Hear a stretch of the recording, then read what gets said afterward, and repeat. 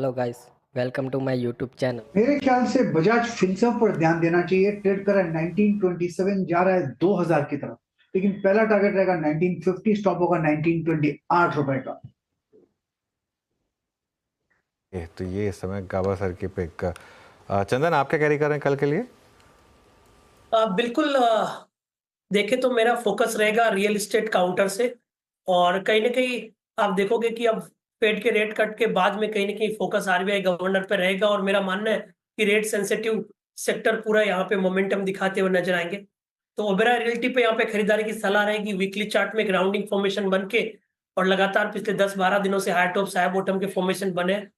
Role overs भी better है और मेरा ऐसा मानना है कि कल मंथली एक्सपायरी के चलते यहाँ पे शॉर्ट कवरिंग के ट्रिगर भी बनने चाहिए, क्योंकि स्टॉक अपने वॉल्यूम वेटेज एवरेज से काफी ऊपर चल रहा है। तो 1910 के सपोर्ट से ओबेरॉय रियल्टी पे खरीदारी की सलाह रहेगी। ऊपर में 2040 तक के टारगेट यहाँ पे बनने चाहिए। Okay, Oberoi realty. मानस साहब का ट्रेड थर्सडे मॉर्निंग के लिए। तो देखिए, बजाज फिनेंस में खरीदारी करने की राय रहेगी। अगर आप पैटर्न देखेंगे तो यहाँ पर करेक्शन हो गया, स्टॉक ने एक बॉटम बनाया है, तो इसके फ्यूचर में खरीदारी करनी है। करंट लेवल्स पे बजाज फाइनेंस के फ्यूचर में खरीदारी करेंगे।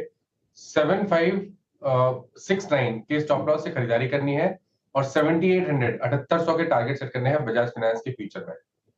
पहले बजाज फिनसर्व आया, अब बजाज फाइनेंस आ रहा है। दोनों ही B2 काउंटर्स में एक अपॉर्चुनिटी। अमित, आपका ट्रेड? जी मैं ऑरो फार्मा कैरी करूंगा। ऑरो फार्मा एक स्ट्रॉन्ग 50 डेमा सपोर्ट से एक स्मार्ट रिकवरी दिखा रहा है। ओवरऑल चार्ट स्ट्रक्चर यहाँ पे पॉजिटिव है, तो ऑरो फार्मा बाय करें। स्टॉप लॉस रहेगा 1510 का और टारगेट्स रहेंगे 1550 एंड 1570। ओके, राजेश सरपुते जी, आपकी ट्रेड? अनुज जी, देखिए मुझे लगता है कि पावर स्टॉक्स अच्छे लग रहे हैं। Power grid, NTPC, Tata power. तो सोच रहा था कौन सा लेके जाओ, तो I think I would like to go long with the power grid. मुझे लगता है बहुत ही क्लीन ब्रेकआउट मिला है, आज फॉलो थ्रू मिला है और एक छोटा टारगेट इसका पेंडिंग है, दैट इज 375 का। So at a level of 363 it's a buy in Power Grid. Stop loss हम 5 रुपीज का मेंटेन करेंगे, so our stop loss will be at 358। Okay, Power Grid यहाँ पे आपका टॉप कॉल। निफ्टी 26,025 पे Gaurang all time high close देने जा रहे हैं हम। आप क्या कैरी करेंगे रेस्ट ऑफ द वीक के लिए, और आपकी जो पोजिशनल ट्रेड होगी वो क्या होगी? तो पोजिशनल ट्रेड में एक स्टॉक जिसका जिक्र मेरे ख्याल से हर्षदा ने किया था प्रोग्राम की शुरुआत में, कार्यक्रम की शुरुआत में, वो है एनटीपीसी।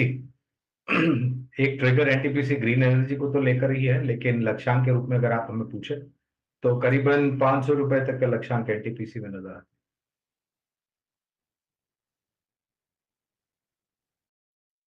ओके, एनटीपीसी आज इस कार्यक्रम में पावर स्पेस पे काफ़ी बात भी हुई, डिस्कशन भी हुआ और स्ट्रॉन्ग अगर आप देखें तो यहाँ पे व्यूज़ हैं पावर स्पेस को लेके। मीन वाला अगर आप लिखे आइए आज का top gainer, that's I think Tata communication.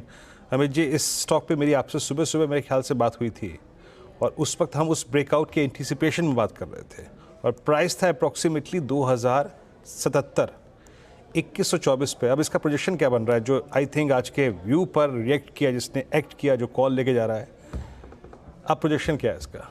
जी वीरेन जी, अच्छी बात ये है कि आज काफी अच्छे खासे वॉल्यूम से ये ब्रेकआउट आ रहा है। और जब भी हमने देखा पिछले कुछ दिनों में कि जो भी स्टॉक में एक वॉल्यूम के साथ ब्रेकआउट हुआ है, तो वोली मूव कंटिन्यू रही है। For example MNM, Escorts and all एकदम हाईएस्ट वॉल्यूम बार बना है यहाँ पे। तो अगर किसी का इंट्राडे है तो वो तो क्लोज कर सकते हैं, लेकिन अगर किसी को कैरी करना है या फ्रेश पोजीशन बनाना है तो 2100 का एक टाइट स्टॉप रखे फॉर टारगेट्स ऑफ 2200 एंड 2250। बिल्कुल, कल ये स्टॉक वीरू मैं और आप डिस्कस कर रहे थे कल के मॉर्निंग शो में, और तब वो ब्रेकआउट स्पॉट किया गया था यहाँ पर।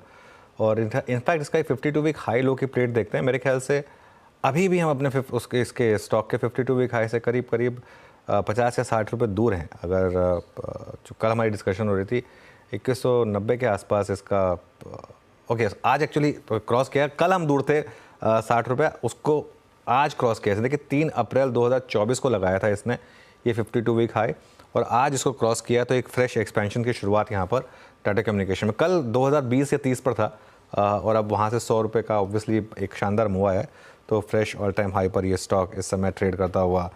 निफ्टी देखिए अब 80 पॉइंट ऊपर 26,021 पर, और अब आप समझिए अगर जिन्होंने कल शॉर्ट किया था और आज कवर नहीं किया वो क्या सोच रहे होंगे।